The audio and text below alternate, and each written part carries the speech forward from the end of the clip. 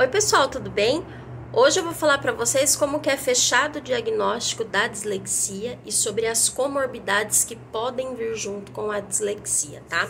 Primeiro que a gente tem que saber é que os diagnósticos com dislexia, eles são feitos por exclusões. Porque, como eu já havia comentado com vocês, não existe um exame que a gente faz para ver se a criança tem TDAH, se a criança tem dislexia, enfim. Houve estudos em que foram feitas as ressonâncias magnéticas funcionais para poder detectar esses tipos de transtorno, mas não é visto na ressonância magnética. Somente a deficiência intelectual, em alguns casos, que a gente consegue ver na ressonância magnética, se for uma má formação cerebral.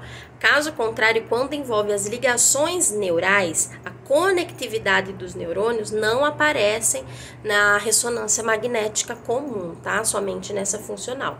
Então, a gente vai fazendo por exclusões. É como se a gente colocasse num funil e fosse afinando até a gente conseguir fechar um diagnóstico. Por que eu falo a gente? Porque não é o professor, não é o psicopedagogo, não é o neuropediatra, é o conjunto. É a equipe multidisciplinar que vai conversando para ver comportamentos, para ver avanços, junto com a família, faz a anamnese da família, a anamnese da criança por completo. Aí a gente vai excluindo quais são as possibilidades para a gente poder fechar um diagnóstico. Então, é a equipe multidisciplinar inteira que se fecha, que faz para fechar esse diagnóstico. E o professor é uma peça muito chave para isso, tá? Então, a gente vai fazendo todas as exclusões para ver se não é deficiência intelectual, para ver se não é TDAH. Por exemplo, o TDAH, ele tem ligações em alguns casos com o tabagismo durante a gestação. A dislexia não. Então, por isso que a gente vai fazendo esse afinamento, essas exclusões. Não é que todo caso de TDAH tem a ver com tabagismo na gestação, mas existem casos que sim, já a dislexia não existe. Então, por isso que a gente vai passando tudo isso num funil até a gente fechar um diagnóstico. Então, a gente descarta tudo, a gente descarta questões emocionais da criança, o meio em que ela vive, conflitos entre os pais, escola, conflitos com professores. Então a gente exclui o lado emocional, depois a gente exclui, ver se não é somente uma dificuldade de aprendizagem, porque às vezes é o jeito que o professor está ensinando que a criança não está conseguindo aprender, então a gente exclui isso daí também. A gente exclui se é alguma deficiência ou alguma dificuldade no auditivo, se é somente alguma dificuldade em alguma pequena área ali. Então, a gente vai excluindo isso, depois a gente exclui os transtornos até a gente conseguir fechar um diagnóstico da criança, tá bom? O diagnóstico, como eu falei, ele é feito pela equipe multidisciplinar, precisa fazer testes de QI, fonoaudiólogo, passar por psicopedagogos para ver o emocional, enfim, por isso que eu falei que é uma equipe multidisciplinar, então precisa de todos esses acompanhamentos para fechar o diagnóstico. A gente descarta deficiência intelectual e autismo, porque um está muito ligado ao outro. Isso eu vou falar lá nas comorbidades mais pra frente, tá? Nesse mesmo vídeo. Por quê? Por que a gente descarta? Porque a dislexia, lembra que são algumas áreas do cérebro da criança que apresentam esse transtorno neurológico? Já a deficiência intelectual, não. A deficiência intelectual apresenta um problema global no cérebro. Então, é o cérebro inteiro, por isso que a gente descarta a deficiência intelectual. E por que a gente descarta também o autismo? Porque o autismo, ele tem o problema maior do autismo é no processamento dos sons, na linguagem, o jeito de se comunicar, tanto verbalmente quanto visualmente. Então, a gente vai fazendo esses descartes de deficiência intelectual, de autismo, para a gente poder fechar o diagnóstico de dislexia, tá? O diagnóstico de dislexia, já falei isso em outro vídeo, mas ele se fecha mais tarde do que os outros diagnósticos, por volta dos 8 ou 9 anos. Por quê? Porque precisa ter passado essa fase de aprendizagem da criança, ver se não foi dificuldade, se não foi problema emocional, o meio em que a criança vive.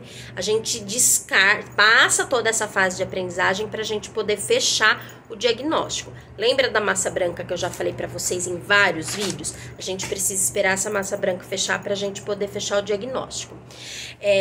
A gente pede também, às vezes, para mudar de escola ou para o professor fazer outro tipo de atividade, uma atividade mais interativa ou atividades específicas dentro da sala de aula para ajudar nesse diagnóstico para a gente conseguir fechar, tá? Outra coisa que muita gente fala, se tem cura. A dislexia, ela não tem cura. Ela tem uma melhora muito significativa dentro do que o professor pode passar para a criança dentro da sala de aula e a equipe multidisciplinar. Então, o jeito de ensinar, o jeito de utilizar a apostila, enfim, isso tem uma melhora muito significativa, mas não tem cura e não passa. Então, não precisa isolar a criança que foi laudada com dislexia, porque não vai passar para outras crianças, tá bom?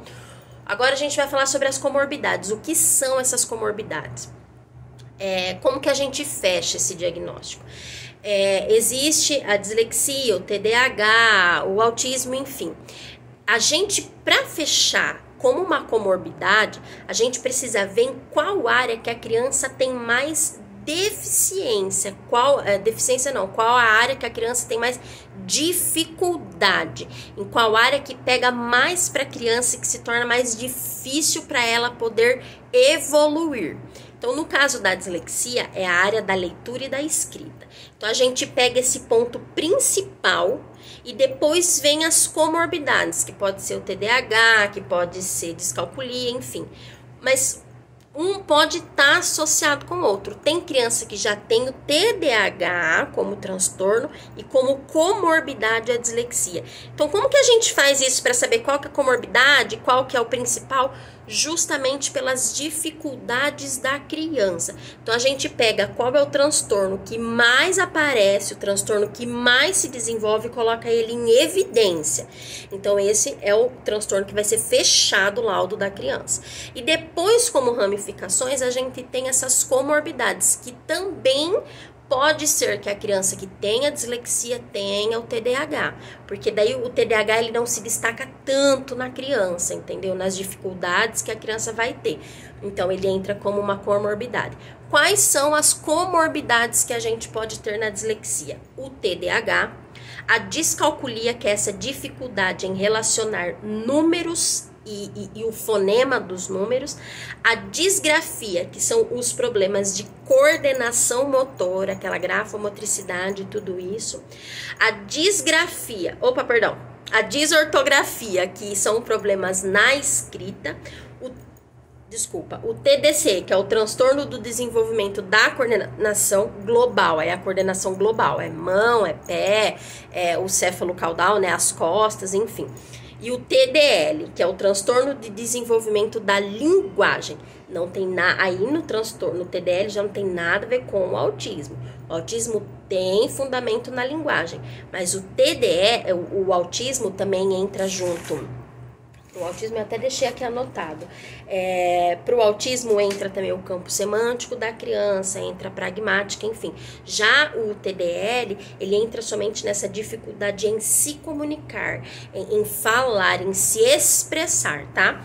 E em 60% dos casos das crianças que são diagnosticadas com dislexia, são diagnosticados também com comorbidades. Então, é importante a gente conseguir entender como que é feito esse diagnóstico, porque a gente vai fazendo essas exclusões para não confundir a hora que chegar um diagnóstico com uma comorbidade, a gente saber diferenciar. Não, ele tem o TDAH e ele tem a dislexia também. Qual que se destaca a dislexia? Então, o que a gente vai trabalhar?